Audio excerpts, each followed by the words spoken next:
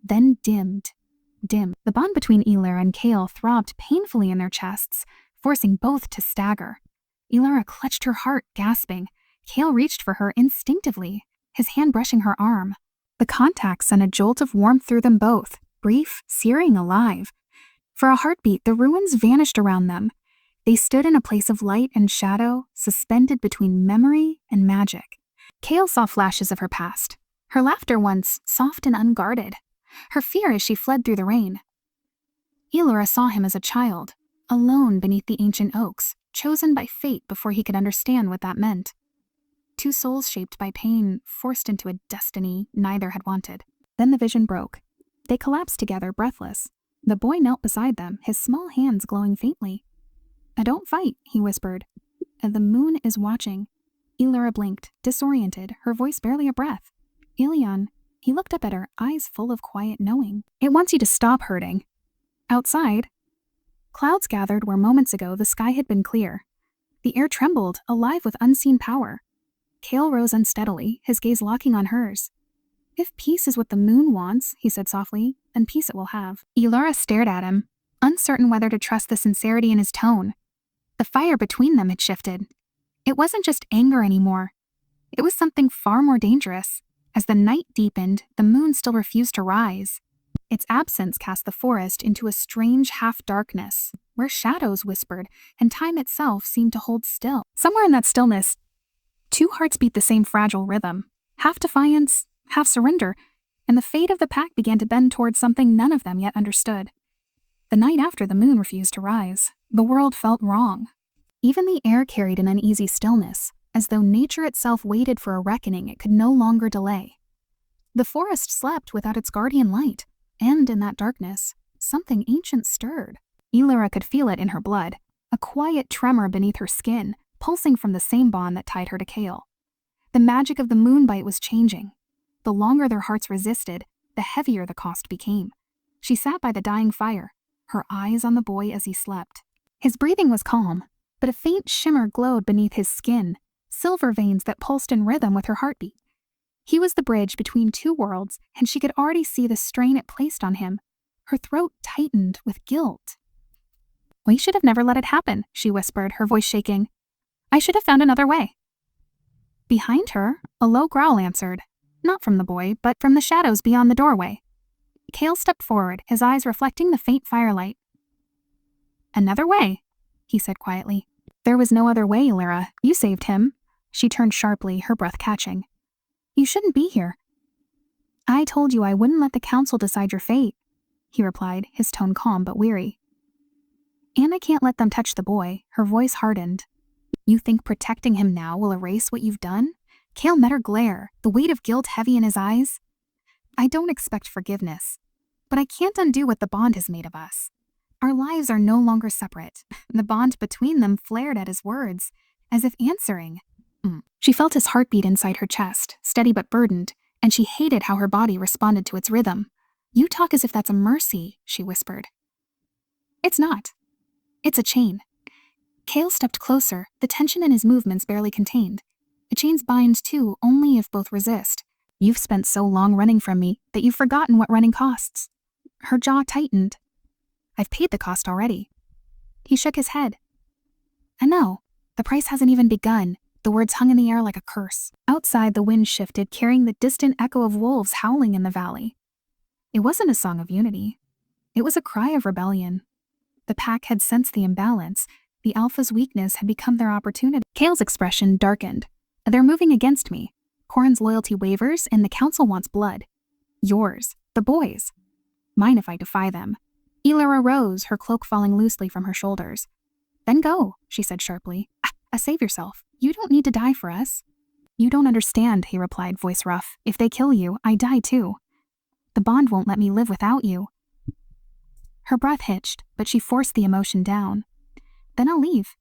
If I'm gone, they can't find me, and you'll be free." Kale's hand shot out, grabbing her wrist before she could turn away. "Don't you see? Running only tightens the curse. The moonbite demands balance. The more we fight it, the worse it becomes. Look at him." He nodded toward the boy, whose faint glow had grown brighter. "It's already killing him." Elara's heart twisted. She knelt beside her son, brushing her fingers over his cheek. The warmth beneath his skin burned like fever. What's happening to him? Kale knelt beside her, their shoulders nearly touching. The bond runs through him too. Every surge of our defiance ripples through his blood. He feels what we feel. He carries the weight of both our hearts. Tears welled in her eyes, her voice breaking. Then tell me what to do, Kale. Tell me how to stop it. He hesitated, his gaze softening. You can't stop it, he said. You can only surrender to it. The moonlight isn't meant to destroy. It's meant to unite. But if we keep resisting, her hands trembled. Then we destroy each other. He nodded slowly. And him. The fire flickered, its light dimming as silence swallowed the space between them. For the first time, Elara saw him not as the alpha, not as the monster who had hunted her, but as the man bearing the same curse. His strength was a mask for the ache he carried, and in that quiet, something fragile began to form, an understanding too deep to name. But the moment shattered as a rustle came from outside, the sharp crack of a branch underfoot. Kale's head snapped toward the sound. His eyes flashed gold. They found us. Elara's pulse spiked. She grabbed her son, clutching him to her chest. Who? The council's guards, he said, voice low but urgent. Corin must have told them. The door burst open before she could answer. 2 wolves in human form stormed in, weapons drawn, their eyes gleaming with the silver of the hunt. By order of the council, one barked, the witch and her child are to be taken, alive if possible. Kale stepped forward, his voice a thunderclap.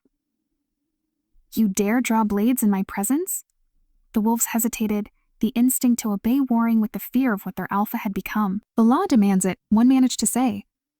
The law, Kale growled, or forgot who made it. He moved before they could react.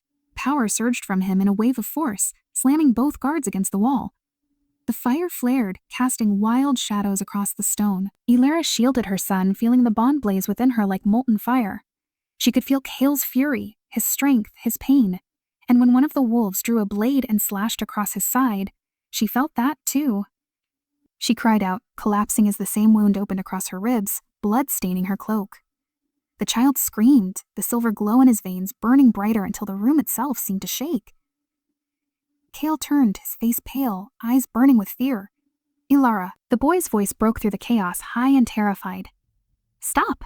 The air froze. The remaining guard dropped his weapon, eyes wide as the ground itself seemed to pulse.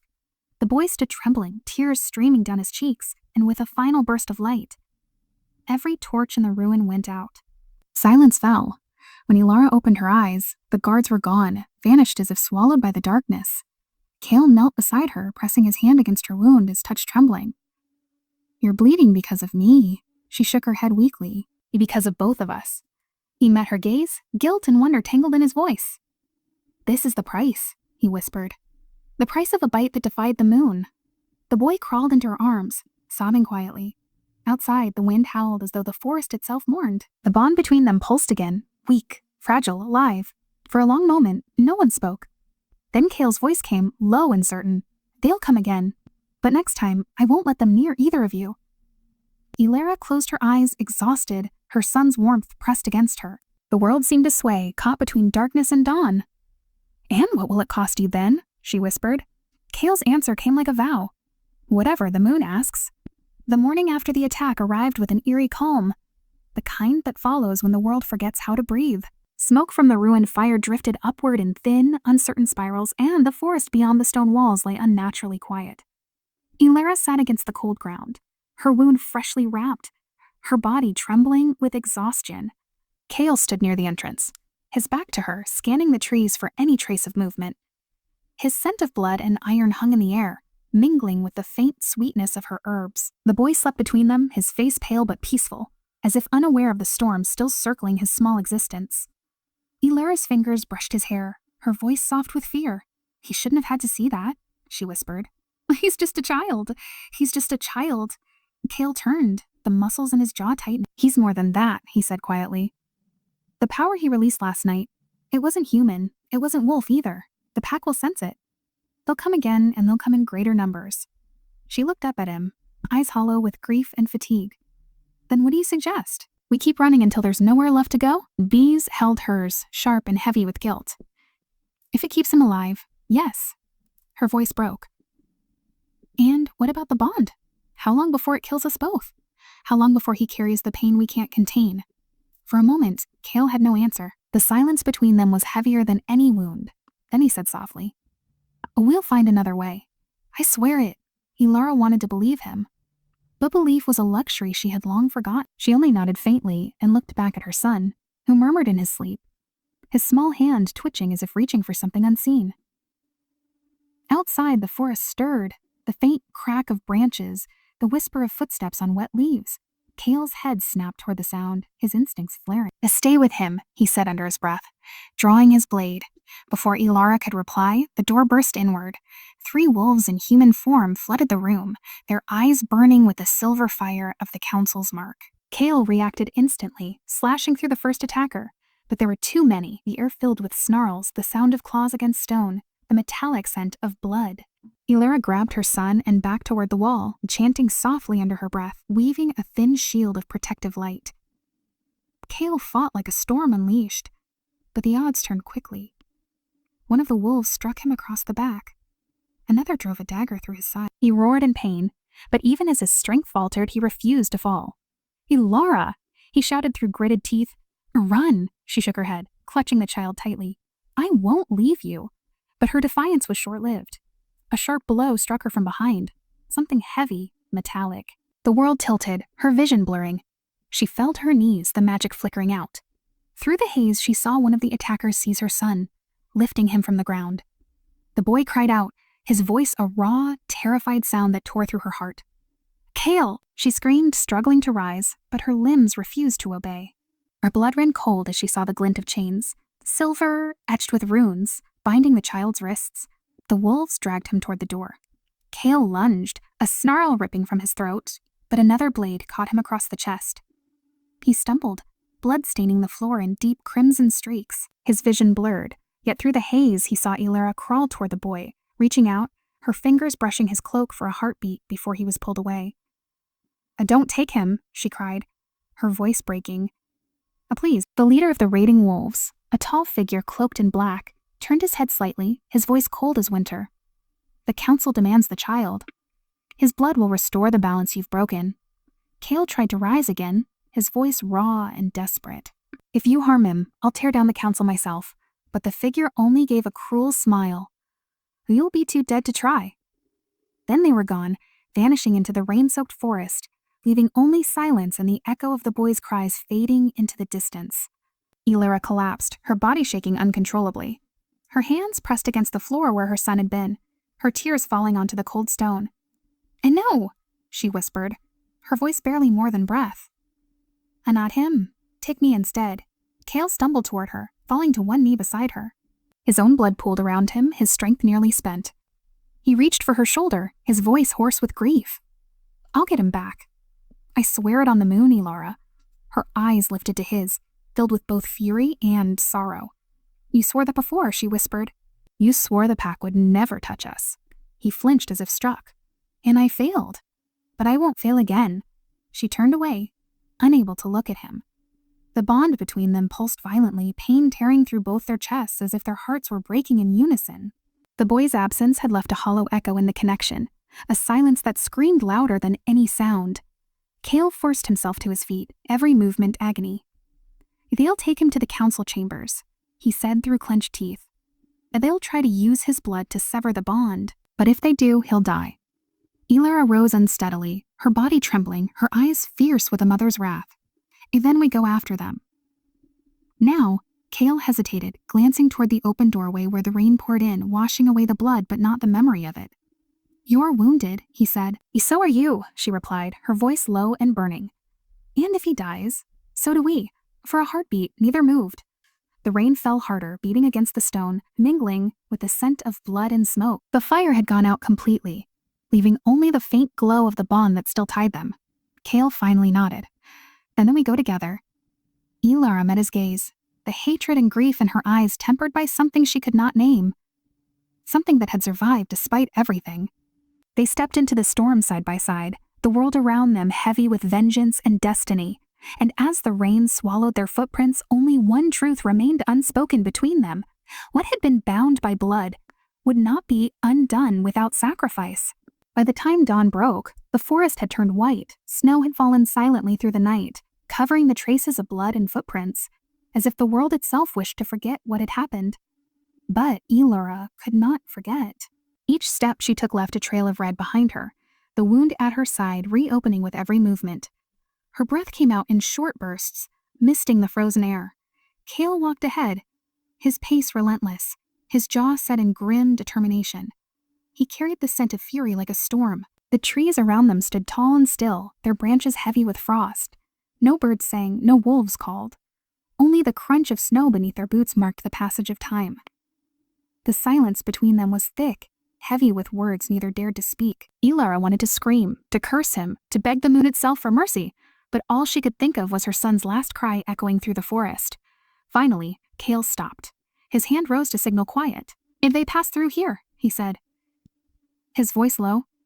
"I can smell the iron in their blood." Elara stepped beside him, scanning the clearing. A faint trail marked the snow where bodies had dragged something, or someone, through the night. Her heart clenched. "He's close," she whispered. Cale nodded. "But so are they." She looked up, her eyes narrowing. "Then why are you waiting?" "Because they expect us to follow blindly," he said, crouching. "The council's guards aren't fools. They'll have set a trap." Elara's breath shook with cold and rage. "He's a child, Cale. He won't wait to spill his blood." Cale's expression darkened. "That's why we won't wait either." Before she could answer, he moved, swift and silent, cutting through the trees toward the scent. Elara followed close behind, her pulse pounding with fear and hope twisted together. The bond between them flared brighter with every step, pulling her forward, whispering that her son still breathed. There, they reached a ridge overlooking the valley below. From there, Elara saw it. A ring of torches burning in the snow, and at its center, her child, bound to a stone altar, laid his small body trembling beneath the cold. Around him stood 6 council guards in silver armor, their breath steaming in the winter air. The leader, cloaked in black, raised a dagger etched with runes that shimmered like moonlight. Cale's growl was low, primal. They mean to use his blood to break the bond. Elara's heart twisted violently. "They spill his blood," she whispered. "It will kill all 3 of us." He turned to her, eyes burning gold. "Then we stop them." Together. For a heartbeat, she saw something raw and real in his gaze. Fear, yes, but also faith. The same kind that once made her believe in things like forgiveness. She nodded, her hand trembling as she reached for the dagger strapped to her thigh. "For him," she said softly. "For him," Cale echoed. The snow muffled their steps as they descended, silent as shadows. The bond pulsed between them, guiding their movements as though the same heartbeat drove both their bodies. When they reached the edge of the circle, Cale gave her a small nod. Then he was gone, darting through the torches like a blur of motion and fury. The first guard fell before he could shout. The second raised his blade, only for Cale to twist behind him and drive his claws through his chest. Elara moved through the chaos like a whisper of light, her magic sparking at her fingertips. She struck the bindings around her son, whispering ancient words that burned the ropes into dust. The boy's eyes fluttered open. "Moma?" "It's all right, my love," she said, though her voice shook. "We're here now." But the moment shattered when the cloaked leader stepped forward, his dagger glowing brighter. "You've doomed us all," he hissed. The bond was never meant to exist. Gale turned, blood staining the snow beneath his boots. "And then you should have thought of that before you tried to destroy it." The man's eyes flashed silver. "You don't understand. The moonbite feeds on balance. A bond between alpha and healer cannot survive. It consumes everything it touches." Elara's pulse raced. But then why spill his blood? Because only the blood of the child can end it. He lunged, blade aimed for the boy's heart. Time slowed. Cale roared, shoving Elara aside and stepping into the strike. The dagger sank deep into his chest. The snow beneath them turned crimson. Elara screamed, catching him as he fell. His blood soaked her hands, hot against the cold air. The world tilted, the bond surging violently until she felt it tear through her body like fire. She gasped as the pain echoed through her own veins. No, don't you dare leave me." Cale's breath came in ragged gasps. His eyes fluttered open, gold fading to silver. "He's safe," he managed. "That's all that matters." Elara pressed her hand to his wound, magic flaring weakly through her trembling fingers. "I can heal you," she whispered. "Oh, please, let me heal you." He gave a faint, pained smile. "You already did. The night you bit me." The bond pulsed again, but this time softer, steady. Something in the air shifted. The snow that had been falling began to glow faintly, catching the moonlight that finally broke through the clouds. The torches dimmed as the world filled with silver light. Elira looked up, tears blurring her vision. The moon had risen at last. Kale's fingers brushed her cheek. "Don't cry," he murmured, "and not when he still needs you." She shook her head, her tears falling onto his chest. "He needs you too. I'll find my way back," he whispered, voice fading. "Even if it's through the dark." Then the light from the moon flared, blinding and pure. The leader of the council screamed as his body dissolved into dust. The remaining guards fled into the trees. When the light faded, only silence remained. And the crimson snow where Kale lay still. Elira's sobs broke the quiet. She pulled him close, the boy pressing against her side, small hands trembling. "Mama," he whispered. Voice breaking, "Is he gone?" She looked at Kale's face. Peaceful now, his eyes closed as if sleeping. "No," she said softly, her voice a vow. "He's not gone, not yet." The snow beneath them glowed faintly where his blood had fallen, as though the earth itself refused to let him go. And far above, the moon watched in silence, bearing witness to the price of a single forbidden bite. The moon that rose that night burned brighter than it ever had before. Cold, vast, merciless. Its light bathed the snow-covered forest in silver, turning every shadow into a whisper of memory. Elira sat beside Kale's motionless body, her cloak spread across him to keep the chill away, though she knew warmth could no longer reach him. Her son clung to her arm, his small voice trembling. "Hey, Mama, why isn't he waking up?" She smoothed the boy's hair, forcing steadiness into her voice. "We will," she said softly. "He's only sleeping." But even as the words left her lips, her throat ached from the lie. The alpha's chest barely rose, his breath shallow, fading in rhythm with the bond that pulsed faintly inside her. Every flicker of his heartbeat was one she felt as her own. Every pause made her chest seize in terror. Snowflakes drifted down like ashes. The forest was silent, but she could sense eyes in the dark wolves watching, waiting. She'd felt them circling for hours, drawn by blood and weakness, and somewhere beyond the trees she could smell betrayal. The boy stirred beside her. "Mama, someone's coming." She looked up sharply. The scent hit her first, smoke, iron, and familiarity. Then the figure stepped out from the tree line, his sword reflecting the moonlight. "Corin, Kale's beta." His expression was solemn, but his eyes were cold. Elira rose, placing herself between him and the boy. "You shouldn't be here." "I could say the same of you," he said quietly, stopping a few paces away. His gaze fell to Kale's body. "The council said he was dead." "He's not," she replied. "Not yet." Corin's lips curved into something that wasn't quite a smile. "Then you've made it worse for him. You should have let him die with his honor intact." Her heart stuttered. "Honor?" she repeated, disbelief sharpening her tone. "They tried to kill a child, and you call that honor?" Corin's eyes darkened. "You've poisoned him, Elira. Ever since the bite, he's been lost. The pack whispers that he's forgotten who he serves. I came to make sure his death means something, that his sacrifice restores balance." She realized then that the blade in his hand wasn't meant for her. It was meant for Kale. "I know," she whispered, stepping closer to shield him. "If you touch him, I swear," Corin's expression softened almost kindly. "You're a strong healer, but you don't understand the weight of an alpha's fall. He betrayed his pack for you. The blood of wolves will run if this ends wrong." The boy clung tighter to her cloak, trembling. "Momo, he's bad." Elira's magic stirred beneath her skin, faint but fierce. "Believe, Corin. While I still have mercy to give." He hesitated. For a heartbeat, something human flickered across his face. Regret, maybe. But then he moved faster than thought, lunging forward, blade gleaming. Elira raised her hand, a burst of light erupting from her palm. The magic collided with his strike, sparks flying across the snow. The air filled with the sound of power clashing against steel. Corin staggered back, eyes wide with shock. "Emun's curse," he hissed. "You fight like a wolf." "Eve, fight for my son," she said through gritted teeth, and sent another wave of energy crashing toward him. He dodged, rolling across the ground, and came up behind her. The tip of his blade grazed her shoulder, tearing through cloth and skin. Pain seared through her body, and instantly through Kale's as well. He gasped, his eyes fluttering open for the first time, pupils glowing faintly gold. "A stop," Kale rasped, voice raw. "Corin, don't." Corin froze, breathing hard. "You should be dead." Kale's gaze met his, weary but unbroken. "You are like a brother to me." Corin's grip on his sword tightened. "Then you know why I have to do this. The pack is tearing itself apart. They think you're cursed. They think you've lost the moon's favor." Kale struggled to sit up, blood staining the snow beneath him. "The moon has not forsaken me." He turned his head slightly, looking toward Ilara. "It gave me her." Corin's expression twisted. "You sound like a fool." Kale's tone turned deadly calm. "Then kill me as one." He rose to his knees, his body trembling, but his presence filled the clearing like thunder. Even weakened, the Alpha's aura commanded the air itself to listen. Corin faltered. The bond between Kale and Ilara pulsed brighter, silver light spilling from both their wounds. Ilara's breath caught as she saw Kale's eyes shift, gold deepening into silver, mirroring the boy's. He was changing.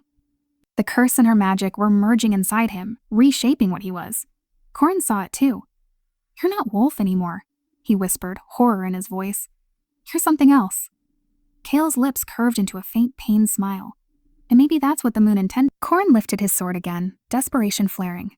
"Then I end this abomination now." But before he could strike, a cry split the night. The boy stood between them, arms outstretched, his small body trembling as silver light burst from his hands. The ground shook, the snow melting in a circle around him. "Stop hurting them," he screamed, tears streaming down his face. Corin's sword flew from his grasp, hurled back by an invisible force. He fell to his knees, stunned. The moonlight flared brighter, wrapping around the boy like a halo. Create a halo. Ilara grabbed him, pulling him close as the power faded, leaving only silence and the faint hiss of snow falling into steam. Corin stared at the boy, his face pale. "He carries both of you," he whispered. "The Alpha's blood, and the healer's power." Kale rose slowly, his voice quiet but filled with unyielding strength. "He carries the future. And you will not touch him again." Corin's gaze flicked from Kale to Ilara to the child, and for the first time he looked afraid. "The council will never allow it." "But then the council will fall," Kale said. Stepping forward, his shadow stretched across the snow, dark and sure. "You can tell them that the Alpha no longer kneels." Corin hesitated a heartbeat longer, then turned and fled into the forest, disappearing into the silver mist. Ilara sank to her knees, clutching the boy, her body shaking with exhaustion. Kale knelt beside them, his hand trembling as it brushed her arm. "You saved me," he said softly. Her eyes met his, filled with anger, relief, and something dangerously close to love. "You would have done the same." He smiled faintly. "And maybe once." The bond between them throbbed again, steady and alive. The moon above shone brighter still, its light washing away the last of the blood. But even in its glow, both of them knew what that light meant. It was not peace. It was warning. The pack would come. The council would strike. And before the moon waned again, blood would fall not just in snow, but across the hearts of all who defied its will. The wind howled through the valley that night, carrying with it the scent of blood, smoke, and coming war. The snow from the earlier battle had begun to melt, leaving behind dark streaks where life had spilled and frozen again. Kale stood at the edge of the forest, his breath fogging the air, his body trembling from both exhaustion and the bond that refused to release its hold. Behind him, Ilara cradled their son near the fire, her fingers weaving light into the boy's small wounds. The child slept deeply now, but even in rest, his body glowed faintly, the same way the moon had when it finally rose from its silence. Kale turned toward her, his gaze lingering on the faint shimmer that ran through her hair under the moonlight. "And they'll come before dawn," he said quietly. "But Corin will rally what's left of the council. He won't forgive what happened." Ilara didn't look up. "And then we leave before they find us." His voice hardened. "If we run again, they'll hunt you until there's nothing left of this forest. They won't stop. Not while the boy lives, not while I breathe." She tied off a bandage, her hand steady but her voice soft. "And then what do you suggest? You're bleeding out, Kale. I can feel it." He glanced down at the wound in his chest, where the dagger had pierced him hours earlier. The blood had slowed, but the skin around it still glowed with the dull, angry light of silver. "The blade was enchanted," he murmured. "The curse isn't just mine anymore." Ilara rose slowly, exhaustion shadowing her every movement. "You can't fight it. The more you resist, the deeper it sinks. You've already given too much." Kale met her gaze, something fierce flickering behind his pain. "Or wrong. I haven't given enough." She stared at him, uncertain. "What are you saying?" He took a step closer, the snow crunching softly beneath his boots. "When you bit me, you didn't just save your son. You changed me. You made me something between what I was and what you are. And maybe that's what the moon intended all along." Her brow furrowed. Her brow furrowed. A kill. You're delirious. Am I? His voice was low, steady despite the tremor in his body. Look at what's happening to us. Every time we bleed, the world answers. The moon rises and falls with our hearts. The pack feels our pain as their own. This bond, it's not a curse. It's balance trying to be born. Elora shook her head, stepping back. A balance doesn't come with death. No, he said softly, his eyes on hers, but sometimes it demands sacrifice. The word struck something deep within her. She remembered Lysandra's warning. The bond could only be severed or completed through choice. One would always have to give more. One would always fall so the other could rise. No, she whispered, backing away. You can't mean? Before she could finish, the sound of distant howls echoed through the forest. Dozens of them. The pack was coming. Kale looked toward the sound, then back to her. It's too late to run. He reached her in 2 strides, gripping her shoulders. You have to listen to me. When they come, they won't see me as Alpha anymore. They'll see me as the thing you made, a creature of both bloods. They'll kill you, Elora, and they'll take him. She trembled beneath his hands, her voice breaking. Fight then. You're still their Alpha. Make them remember who you are. Kale's eyes softened, his thumb brushing a tear from her cheek. I can't lead them anymore. Not like this. Then what are you going to do? She asked, though she already feared the answer. He hesitated only a heartbeat before saying quietly, What you did for me that night. Her breath caught. No. Elora, no, she cried, shoving his hands away. You can't ask that of me again. Tears. I nearly killed you last time. He stepped closer, lowering his head until their foreheads almost touched. His voice was a whisper, trembling like the last breath before dawn. You didn't kill me. You saved me. And now I need you to save me again. Tears welled in her eyes, the bond between them flaring so bright it almost hurt to breathe. If I bite you again, the bond could consume us both. Or it could heal us both, he said softly. If the moon chose you to bear this power, maybe it also chose you to end it. Outside, the howls grew louder. The snow trembled beneath the approaching feet of the pack. Kale reached out, taking her hand. Elora, please. For him. His gaze flicked toward their sleeping son. Her heart broke. Every instinct screamed against it, but she could feel the truth in his words. The bond was unstable, burning brighter by the minute. If the pack arrived and killed Kale now, it would kill her too, and the boy would be left alone, bound to the ghost of what they were. She closed her eyes, the tears finally falling. Tell me this will work. Kale gave a faint smile. If it doesn't, at least we'll meet the moon together. He knelt before her, tilting his head, baring his throat to her in silent trust. The sight of it, an Alpha bowing, surrendering everything, made her hands tremble. She stepped closer, her breath unsteady, her lips brushing against his skin. Forgive me, she whispered. I already have, he murmured. Then she bit him. The bond erupted, flooding through them like fire and light. The world fell away. No forest, no snow, no sound. Only heartbeats, 2 merging into one. Pain and warmth intertwined until she couldn't tell where her body ended and his began. She saw flashes. His memories, his fear, his love for the pack, his silent longing for her that had begun long before he admitted it. And beneath it all, the steady heartbeat of their child, waiting for them to find balance. When it was done, she fell to her knees, gasping. Kale caught her, his hand trembling against her face. The glow that had surrounded them slowly faded, replaced by quiet moonlight. His wound had vanished. The blood on his chest was gone. The curse had burned itself out. Elora, he whispered, disbelief and awe tangled in his voice. You did it. She smiled weakly, exhaustion stealing her strength. So did you. He pressed his forehead against hers, both of them trembling as the howls drew closer, but this time they didn't sound like war. They sounded like mourning.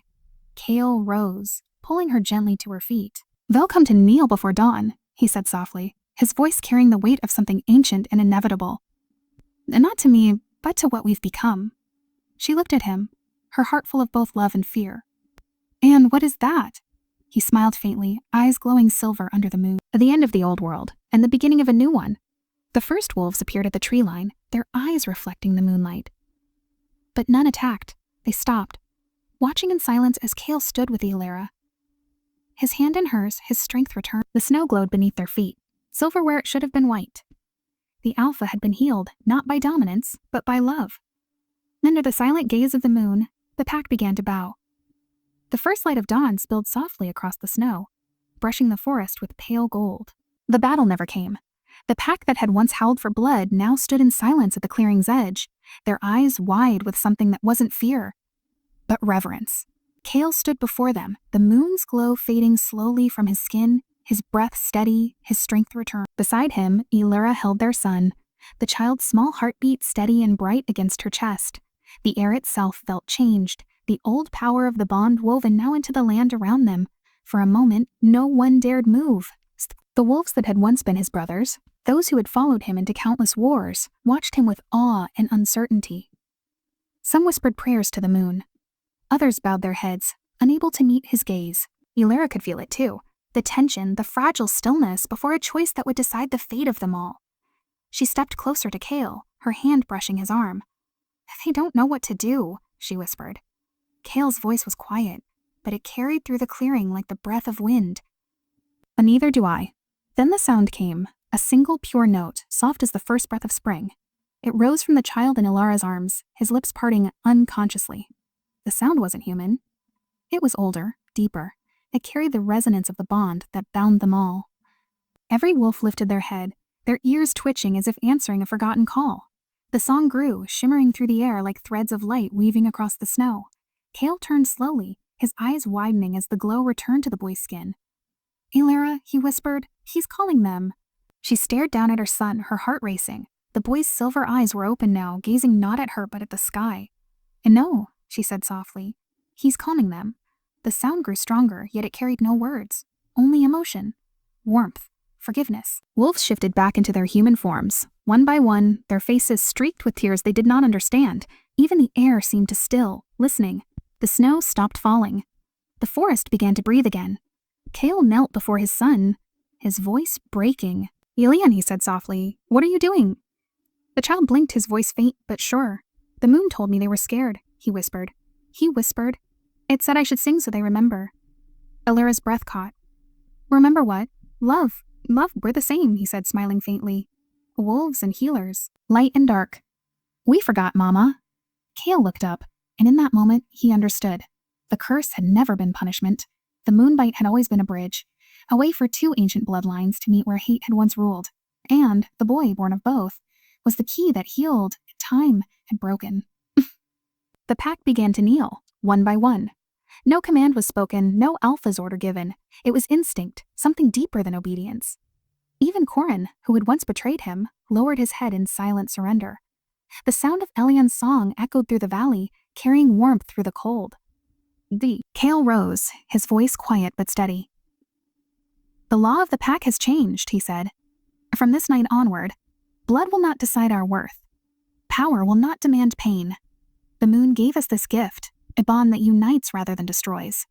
Any who cannot live by that truth will have no place among us." There was no challenge, only silence, broken by the whisper of the wind and the child's fading song. Elura watched Kale, her chest tight with something she could no longer deny. The man before her was no longer the alpha who had hunted her, nor the cursed beast who had howled in pain. He was something new, reborn through her bite, through their bond, through the love neither had meant to find. As the pack dispersed into the forest, the snow beneath them glowed faintly with traces of light, as though the earth itself acknowledged what had changed. Elian's song faded into a hum, his small head resting against Elura's shoulder. "He's tired," she said softly. Kale nodded, his hand brushing the boy's hair. "He's done more than I ever could." They walked together to the edge of the clearing, where the forest opened to the river. The water had thawed, running clear again, washing away the blood that had stained it. Kale crouched, dipping his hands into the current, watching the crimson fade downstream. "It's strange," he murmured. "For the first time, I don't feel the bond pulling. It's peaceful." Elura knelt beside him, her voice quiet. "Because it's no longer fighting us." He turned to her, the faintest smile ghosting across his lips. "I know. It's part of us now." They sat in silence, the sound of the river mingling with the soft whisper of wind through the trees. Above them, the moon hung low and bright, its reflection rippling in the water. The forest felt alive again. Free, Elura brushed her fingers over the mark on Kale's neck. The scar from her bite was still there, but it no longer burned with pain. Instead, it pulsed softly like a heartbeat. "Do you ever wonder," she asked, "if the moon always meant for this to happen?" Kale glanced toward the horizon, where light began to bloom behind the trees. "Maybe. Or maybe we were the first to stop fighting long enough to listen. The boy stirred in her arms, half awake. Mama, he murmured sleepily. The moon says thank you. Elara smiled through tears. Tell the moon it's welcome, my love. Kale rose and turned to face the forest once more. The pack was gone now, their howls echoing faintly from the distance, no longer cries of anger, but a song of unity, carrying far into the morning air. He looked back at Elara and the child, his heart aching with a peace he'd never known. The pack will follow now, he said quietly, and not out of fear, out of faith. Elara met his gaze, her eyes soft. Then maybe that's what healing truly is. Kale nodded, the faintest hint of a smile on his lips. The Moonbraiders were right, he said. There's no curse, only a promise. The first rays of sunlight touched the clearing, melting what little snow remained. Elian's breathing slowed again, his hand falling limply against his mother's heart. The last note of his song lingered in the air, delicate, eternal. And as the forest awakened to dawn, the Alpha and the healer stood together at the river's edge, bound not by fate or fear, but by the love that had rewritten the law of the pack. The morning sun crept slowly over the valley, turning the frost into a shimmer of light that danced across the trees. The forest was quiet, but not with fear, quiet in reverence. The night's events still lingered in the air like a breath held too long, the echoes of the boy's song resting within every leaf, every flake of melting snow. Kale stood at the riverbank, his reflection rippling in the current, silver eyes softened by something the old Alpha would have never allowed himself to feel. Behind him, Elara approached, her footsteps light on the thawing ground, their son still asleep in her arms. He sleeps without dreams, she said softly. It's the first time in years. Kale turned, his gaze falling on the child. The boy's face was peaceful now, free of the restless light that had haunted him since the moonbite first awoke. He's strong, Kale murmured. Stronger than either of us. Elara looked up at him, her eyes bright beneath the pale light. You gave him your strength. He gave you your peace. Kale smiled faintly. Then I suppose the moon knew exactly what it was doing. Dozens of wolves emerged from the forest, some still half-shifted, their eyes glowing gold in the dawn. They came slowly, uncertainly, the old order of fear still heavy on their shoulders. Corin was among them, his head bowed, his sword sheathed. No one spoke. The air was heavy with the scent of change. Kale stepped forward, every movement steady, deliberate. Though his body still bore the scars of battle, he stood tall, unbroken. The light that touched his skin shimmered faintly. Neither gold nor silver, but something between. A balance of what had once been divided. He no longer looked like just an Alpha. He looked like something reborn. When he spoke, his voice carried across the clearing, calm yet commanding. You came to kill, he said, but you stayed to witness. What you saw last night was not the end of the pack. It was its rebirth. A murmur rippled through them, uncertain, restless. Kale continued, his tone unwavering. For generations, we believed strength came from blood, that wolves ruled through dominance, that healers were meant to serve. But the moon showed us we were wrong. It bound me to the one I was taught to destroy, and in doing so, it saved us all. He glanced toward Elara, who stood a few steps behind, the boy stirring faintly in her arms. The sight of her, tired, steadfast, radiant in the light, filled him with a quiet ache. She was never my enemy, Kale said, and neither is the power she carries. The Moonbaiters were never a curse. They were the balance we lacked. Corin stepped forward then, his face lined with shame. Alpha, he said quietly, the council is gone. The ones who followed the old law are scattered. They fear what you've become. Kale's gaze held. Then let them fear the truth until they learn to live with it. Corin lowered his eyes. What are we now, if not wolves of the old order? Kale's voice softened. We are what we choose to be. Wolves who kneel to the moon, not to fear. Protectors of life, not destroyers of it. A hush fell over the clearing. The pack shifted uneasily, exchanging uncertain glances. Elara took a step closer to Kale, her voice quiet but steady. The moon has already chosen your path, she said. You only need to walk it. Kale looked out over his pack. The faces that had once glared with distrust now watched him with something new. Wonder, maybe hope. The age of conquest ends here, he said. The law of the pack is rewritten in the blood we've already shed. We will not hunt our healers. We will not chain the moon's children. From this day forward, our strength will come from unity, not division. The silence broke, not with growls or defiance, but with the soft thud of knees meeting earth. One by one, the wolves began to bow, heads lowered, bodies trembling, not in fear, but in reverence. The weight of centuries fell away in that single moment. Even Corin bent low, his voice barely audible. Alpha. Kale stood motionless, overwhelmed by the sight. He had led battles, crushed rebellions, demanded loyalty through power. But this surrender born from choice was something sacred. His throat tightened, and for once, he found no words. Ilara watched him, her eyes glistening. She had never seen him look smaller or greater. The boy in her arms stirred, blinking awake. His silver gaze moved over the kneeling wolves, and he whispered softly, "They're listening now." Kale turned to him, his expression softening. "Yes," he said, "and they are." The child reached out toward Kale, small fingers brushing the mark on his neck, the scar that had once symbolized pain now glowing faintly under the boy's touch. "It doesn't hurt anymore," Elion said. Kale shook his head, smiling faintly. "No, it doesn't." The bond between the three of them pulsed once steady and alive. It no longer burned. It no longer chained. It simply was, like the rhythm of the earth, the quiet promise of dawn. A wind rose, carrying the scents of pine and frost through the clearing. The moon, now pale in the daylight, lingered faintly in the sky, watching. Kale turned back to his pack. "A stand," he said, his voice calm but commanding. "The time for kneeling is over. We begin anew, one by one." The wolves rose. Their eyes glowed faintly, reflecting not the light of dominance, but unity. For the first time, there was no alpha's roar, no declaration of dominance. Only silence and peace. Ilara stepped to Kale's side, their son between them. The pack bowed their heads once more, not in submission, but in respect. And as the light of morning broke fully over the valley, Kale finally understood. The pack had not knelt to power. They had knelt to love, the kind that defied law, bled through sacrifice, and rebuilt what was broken. Ilara slipped her hand into his. They follow you now," she said softly. Kale looked down at their joined hands, then back at the pack, who waited quietly for his word. "I know," he said. "They follow us."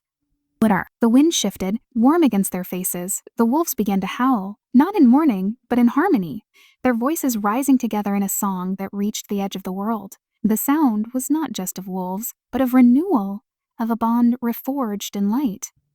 And as the pack song carried through the valley, Kale closed his eyes and whispered a final prayer to the moon above. Gratitude for love that had broken him, healed him, and brought his world to its knees. Days passed, and peace settled gently over Silverfang Valley like a long-forgotten dream.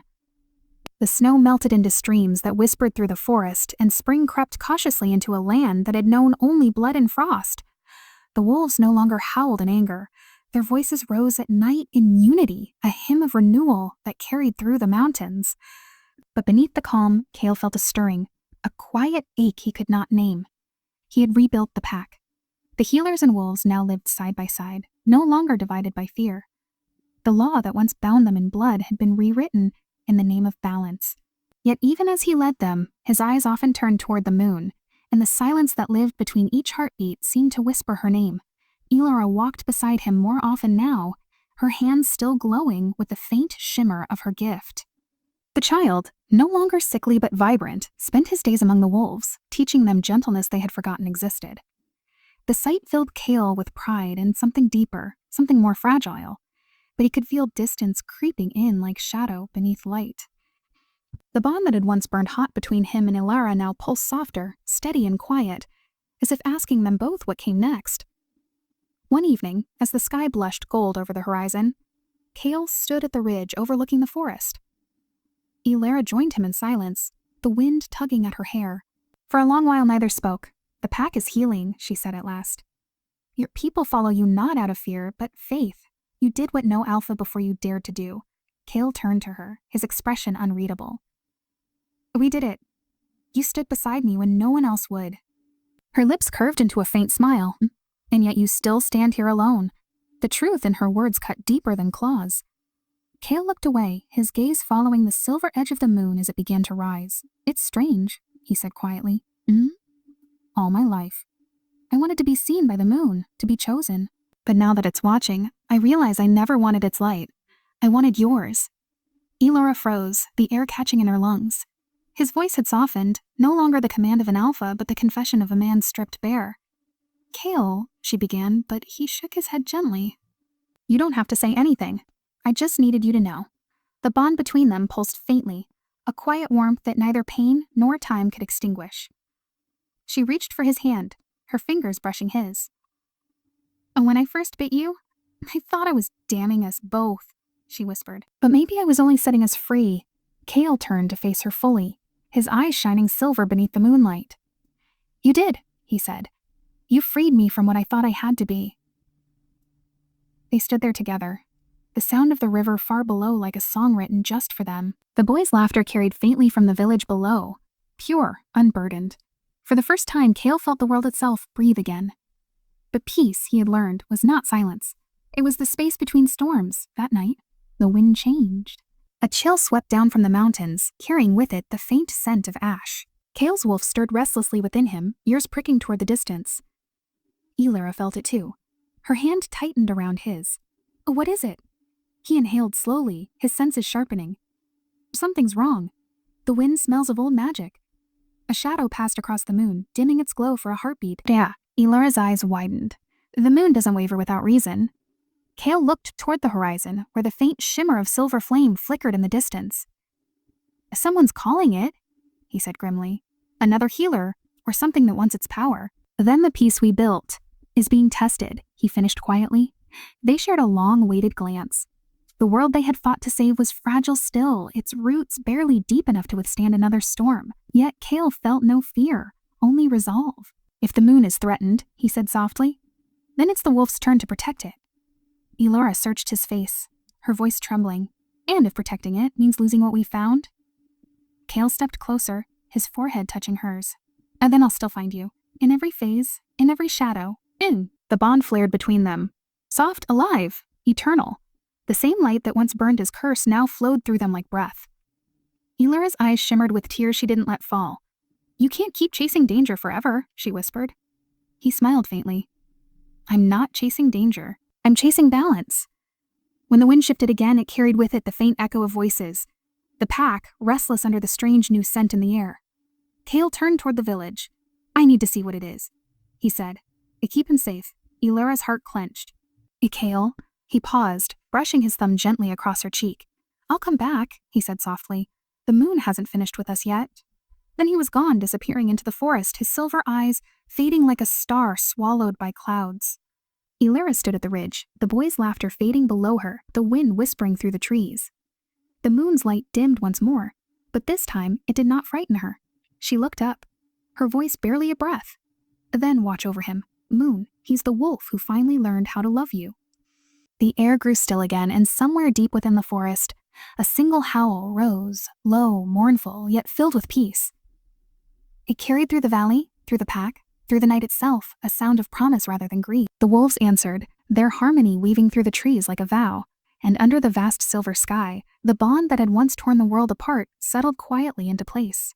Two souls forever bound, one born of earth, the other of light. The moon shone brighter once more, as if it too had learned what love meant. The forest held its breath as Kale disappeared into the darkness, the echo of his promise still lingering in the wind. The moon's light trembled faintly above the trees, half shrouded by mist, as if uncertain whether to rise or hide. Elara stood at the ridge long after he had gone, her heart caught between faith and dread. The bond between them pulsed weakly within her chest, fading into distance but never gone, like a heartbeat heard from another world. Below, the village slept in uneasy peace. The wolves had grown quiet, sensing their alpha's departure, but not daring to question it. Only Elian remained awake, his silver eyes glowing faintly in the dim light. He sat by the fire outside their home, watching the stars as if listening for something he could not name. Can you hear him? Elara asked softly, stepping closer, her cloak drawn tight around her shoulders. Wars? Elian nodded, his voice small but steady. He's running fast, but not alone. The forest runs with him. Her heart twisted at the certainty in his tone.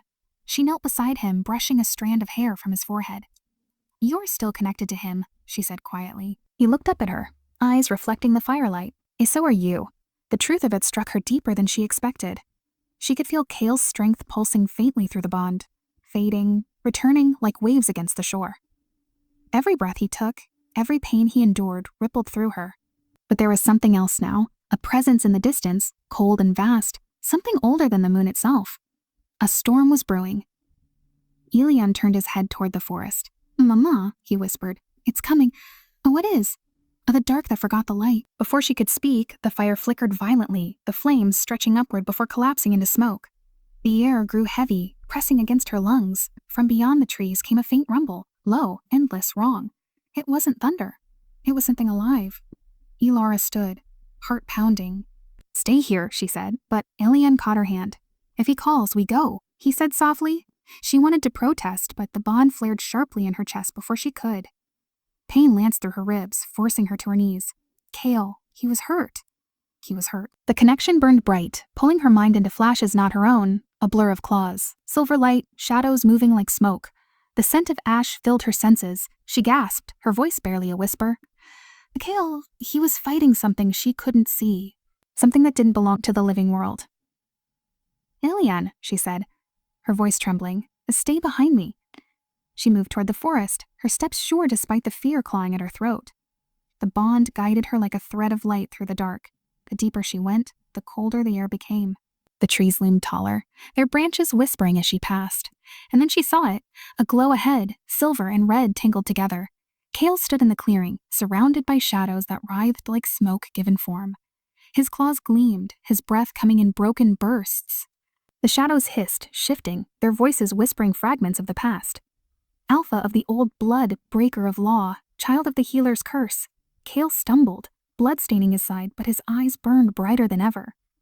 "You don't belong here," he growled. "The moon ended your reign long ago." The shadows laughed, cold and hollow. "The moon forgot us." "But you," they hissed, "you brought its heart back to life." Elara stepped into the clearing, her power flaring instinctively, casting a halo of light around her.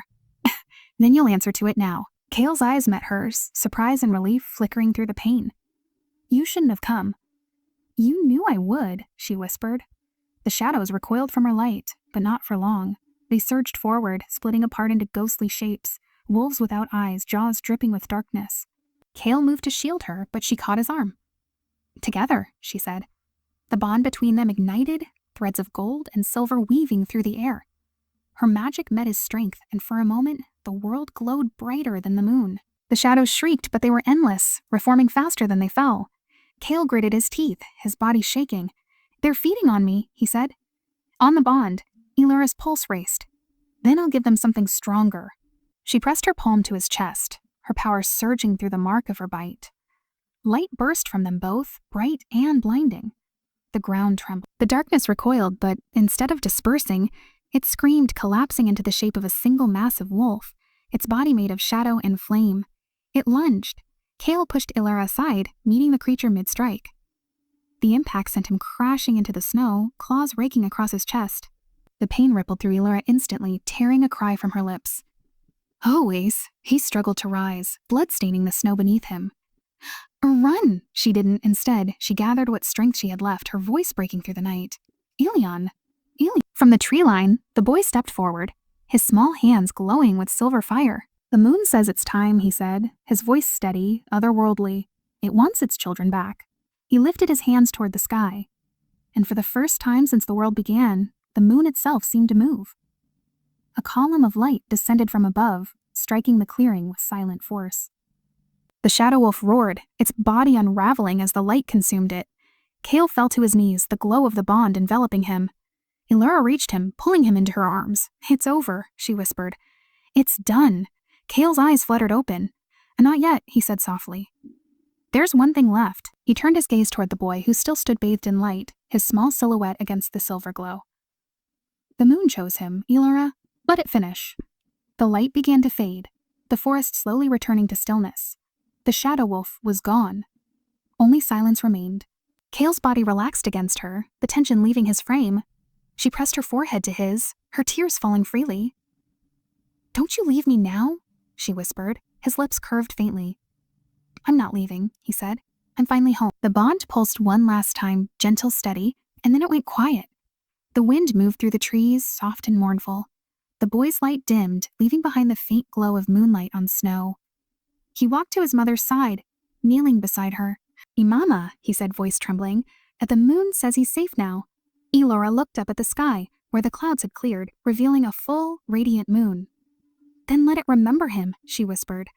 A single howl broke the silence, long, low, and filled with every emotion a soul could carry. It came not from Cale's lips, but from the forest itself, the earth and sky joining in one final song. And when the echo faded, peace fell once more over Silverfang Valley. The moon glowed brighter than ever, casting its light over the woman who loved a wolf, the child who healed the world, and the bond that outlived even time. And somewhere, in the quiet between heartbeats, love began again.